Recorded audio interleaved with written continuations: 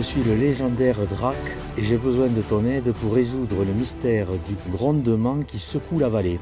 Un scénario qui invite les familles à partir à l'aventure. Une chasse au trésor avec le Drac et ses amis Tartaran, Petit Jeannot ou encore Fada de la Lune. L'application Légende du Tarn vous promène de site en site. 35 au total sont à découvrir. Ici, nous sommes au prieuré. Oui.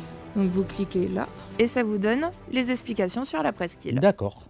En Bialé, le lieu est incontournable.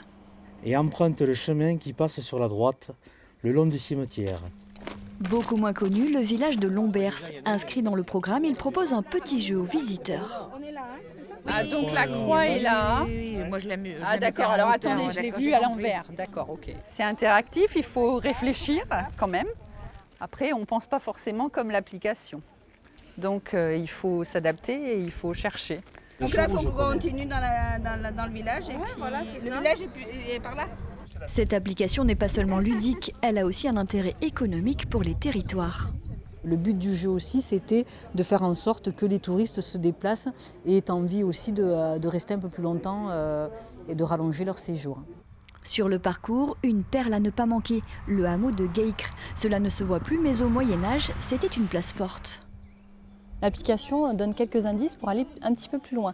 Donc là, on est vraiment sur un fief qui est en hauteur, qui a connu de nombreuses périodes un petit peu troubles, puisque justement on dominait toute la vallée du Tarn.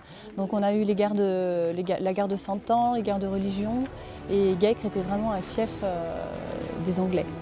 Cette application gratuite mêle chasse au trésor virtuel et histoire vraie, avec pour terrain de jeu des paysages et un patrimoine bien réel.